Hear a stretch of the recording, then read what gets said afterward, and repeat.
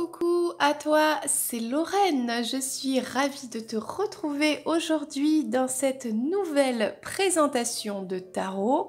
Et attention, aujourd'hui c'est un tarot un peu spécial. C'est un tarot olé olé. Attention, c'est le tarot Casanova. Le tarot de la séduction, de l'amour et de l'érotisme. C'est le tarot le plus coquin de ma collection. Alors oui, effectivement, j'ai la version de poche, mais je trouve qu'il me plaît bien ce tarot et j'aimerais bien avoir la version originale. Bon, je vais te présenter la version que j'ai actuellement, d'accord? Alors c'est pour ça que je t'ai mis le dé du Kama Sutra. Chut. Voilà, c'est pas pour les enfants, hein. Donc ce tarot, attention à des images un petit peu rigolotes, un petit peu osées, hein, d'accord? On va y aller cash, hein. On a des images sans culotte. Et oui, avec ce tarot, on peut aller explorer la sensualité et l'érotisme dans un couple. Voilà. Donc, eh bien, c'est parti. Alors, on est sur le thème de Venise, hein, de Casanova, voilà. Donc, les couleurs de ce tarot, j'aime beaucoup parce qu'on est sur du doré et du noir. Alors, en général, moi, j'aime pas trop les tarots trop sombres, trop noirs, mais eh bien, celui-ci, j'aime bien. Donc, on a un doré, un peu de vert et puis du noir, voilà. Donc, eh bien, c'est parti. Pour la présentation express du tarot Casanova avec les lames majeures et mineures. Alors, dans ce jeu, les lames majeures, les 22 lames majeures, sont avec des chiffres romains, ok? Et les lames mineures avec des chiffres habituels, ok? Voilà, donc déjà, ça va aider à reconnaître parce que eh bien, la première fois que je l'ai utilisé, j'avoue que je me suis un peu mélangé les pinceaux. Voici la carte 0 avec le mat. On a le magicien, le battleur. Avec, on est à peu près dans l'époque 1700-1800. Okay. La grande prêtresse avec ce masque très sensuel sur sa chaise. Et là, on a donc l'impératrice, eh bien, elle n'est pas culottée, justement. Et elle prend du bon temps sur sa fenêtre, tranquille, dans son palais. On a l'empereur ici. Qui est l'empereur? Eh bien sûr, c'est Casanova, dans les rues de Venise. Voilà. On a le pape, et c'est un réel pape de cette époque, 1800, hein, c'est ça. Je dirais. Les amoureux qui prennent du bon temps ici dans le palais, un des palais à Venise. Hein. On a le chariot, une carte un petit peu triste hein, parce qu'on a... ah non, c'est pas triste, on a un couple hein, qui fait des galipettes à l'arrière de la calèche. Donc voilà. Donc là, on est sur... alors, je ne sais pas... Ça, c'est la balance. Donc ça, c'est la justice. La justice représentée par cette femme très sexy. Hein, voilà. Il y a du monde au balcon, n'est-ce pas? On a l'ermite ici. Donc ça, c'est une carte un peu habituelle hein, de l'ermite qui a son bâton et sa petite lumière. Donc la carte de la tour ici. C'est un bâtiment à Venise, je ne sais plus comment il s'appelle. Là, on a la carte donc de la force, je pense. Donc là, c'est l'amour avec force. Hein. La carte du pendu, donc c'est tout simplement quelqu'un, donc là, je pense que c'est Casanova qui essaie de s'immiscer en douce dans le palais. Ou alors de s'enfuir. Peut-être qu'il a eu sa nuit d'amour et puis il s'enfuit en douce. Hein, il y a quelque chose comme ça. Puis en plus, il a emporté, il a volé quelque chose. Hein. Bon, je ne sais pas ce que c'est. On a la carte de la mort ici, avec ce vieux monsieur, et la mort qui arrive, éventuellement, s'il n'est pas en forme et qu'il a cet acte avec cette tentatrice, peut-être qu'il ne pourrait pas s'en remettre. Hein. Il y a ce côté-là aussi. Donc là, on a la carte de la tempérance avec beaucoup d'eau. C'est une fontaine. Hein, il y a quelque chose de très sexuel avec cette carte. Hein, avec le côté jouissance, c'est ça, hein, on a la carte de la jouissance ici, je dirais. Bon, le diable ici, le diable, eh bien c'est la tentation. Il y a ce côté un peu qui fait peur hein, quand même. Hein. Voilà, pas très rassurant. Hein. Le diable, c'est cette personne, cette femme, cette tentatrice qui se regarde dans le miroir et qui... Et en fait, c'est le diable. Et le diable ici est une femme. Hein, ok ? Merci pour le message, n'est-ce pas? Donc là, on a la carte de la tour.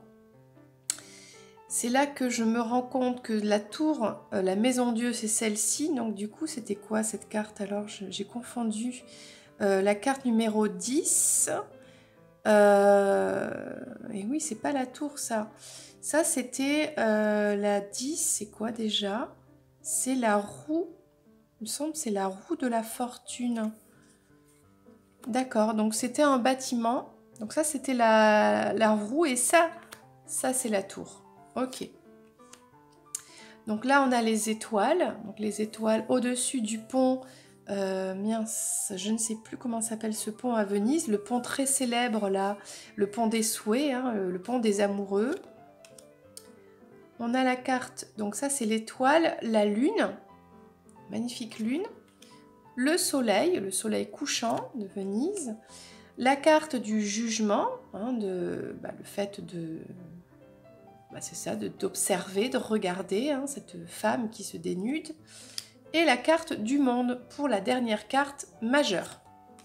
Alors, on passe maintenant aux coupes. Donc ici, on a sur chaque carte donc, des coupes avec le numéro qui correspond bien à la carte. Voilà. Le 3 de coupe. Le 4. On a des scènes d'amants ici. Donc là, c'est un couple avec notamment une femme religieuse. Donc le 6 de coupe ici. On a une soirée. Le 7 avec Casanova qui observe hein, par le miroir. On a ce couple sur le fauteuil. Ce couple dans un couloir, peut-être d'une prison. Je ne sais pas. Le 10 de coupe, où on prend du bon temps ici. Alors, dans ce jeu, on n'a pas cavalier, valet, cavalier, roi et reine. On a des chiffres. Donc, on a le 11. Le 11, ce serait le valet, ici, de coupe. Donc là, on reconnaît bien hein, le cavalier. La carte s'appelle numéro 12, ici, avec sa coupe à la main. Donc, la carte numéro 13, eh bien, ce serait la reine des coupes. Donc, ici, elle attend, elle a envie de se faire plaisir, voilà. Et le roi qui, lui, eh bien, observe. Hein. Il est dans cette observation.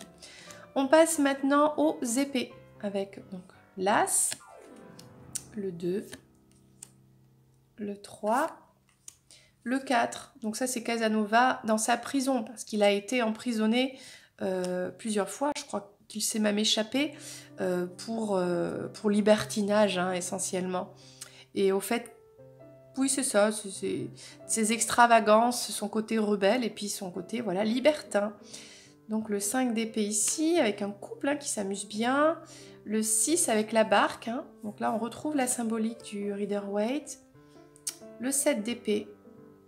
Donc là, on a un couple un petit peu au restaurant ou dans un palais. Peut-être de manière discrète. Le 8 d'épée qui symbolise bien la maladie ici. Le 9 d'épée. Alors normalement, le 9 d'épée, c'est plutôt une prison mentale, etc. Bon, bah là, on voit Casanova qui se fait plaisir avec peut-être la bonne. Voilà, bon, quelque chose comme ça. On a le 10 d'épée ici. Bon, bah là, il est un peu malade, un peu triste, un peu pas très bien, là. Donc là, on a le valet d'épée. Donc il est masqué, ce Casanova. Là, on a un cavalier qui s'en va. On a la reine d'épée ici. Très très belle, magnifique sur sa chaise. Très belle femme. Et le roi d'épée, l'épée à la main et le masque. Le masque, bien sûr, sur le visage. On passe au bâton. Donc on a l'as de bâton qui représente une rue avec le célèbre pont là, de Venise. Le 2 de bâton, il s'amuse bien, n'est-ce pas? Le 3 aussi, il s'amuse plutôt bien. Le 4 de bâton avec ce côté, voilà, on est tranquille, cette féminine qui prend son bain. Le 5 avec un duel sur le pont. Le 6 avec, pareil, on se fait plaisir. Le 7 de bâton avec un duel à l'épée, attention. Le 8, quelqu'un qui s'en va sur la gondole. Le 9 de bâton ici, avec Miss qui a du monde au balcon, exactement, qui se montre. Le 10 de bâton, donc là on parle des jeux, des soirées, des jeux, le fait de perdre de l'argent, gagner de l'argent. Donc là on a le valet, donc c'est la carte numéro 11. Le 12 c'est un cavalier masqué. La reine de bâton, elle a envie de s'amuser là, voilà. Elle montre pas son visage, mais elle montre ses fesses, hein, on peut le dire, voilà. Et le roi de bâton, toujours un peu dans ce jeu, les rois sont assis, masqués, et observent un petit peu une scène, peut-être une féminine. Et on termine avec les pentacles, avec une partie donc de cette ville de Venise, magnifique. Le 2 de pentacle, avec ce couple qui s'amuse, voilà, c'est carrément une soirée libertine, hein. Tout le monde s'amuse, hein, un petit peu mélangé là-dedans. Le 3 de pentacle, on est peut-être dans la rue ici, c'est peut-être la fin d'une soirée. On a peut-être Casanova qui est entouré de peut-être des filles, un petit peu de joie ici. On a le 4 de pentacle avec ce Casanova qui compte ses sous, qui fait pas attention, qui regarde même pas cette magnifique femme à côté de lui. On a le 5 ici qui représente bien, hein, la pauvreté, le manque. Le 6 avec cette femme là qui se déshabille. Le 7 de denier, c'est la fête. Ouh, c'est la fête. Le 8 de denier, on a ce côté où on se sent pas très bien, mais le fait d'en parler, peut-être que ça va mieux. Le 9 de denier, alors là, c'est carrément... là, il y a une triangulaire, là. Hein. Ouh là là. Le 10, on a le fait de courtiser sa belle. Le valet, ici, avec la carte 11. Le 12, c'est le cavalier. La reine des deniers, qui est très libertine, coquine, extravagante, etc. Et le roi de denier, avec son masque, sa grosse pièce d'or. Et il n'inspire pas tout à fait l'amour, j'ai envie de dire. Voilà, un petit peu secret, quoi. Voilà, donc c'était le tarot Casanova. J'espère qu'il t'a plu. Il est très particulier, n'est-ce pas, hein? Tu as pu le constater.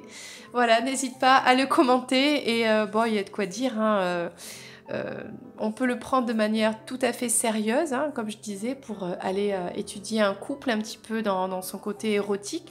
Mais il y a des cartes tout à fait... donc, à la fois, on est dans le côté sérieux, mais ça peut être drôle aussi. Et puis, à la fois, voilà, on est dans le romantisme, dans l'érotisme, dans la sensualité, et puis dans l'intimité de l'amour. Hein. Et bien sûr, hein, les bébés ne se font pas tout seuls, n'est-ce pas? Voilà. Eh bien, c'était Lorraine. Je te dis à très bientôt pour une prochaine vidéo. Bye bye!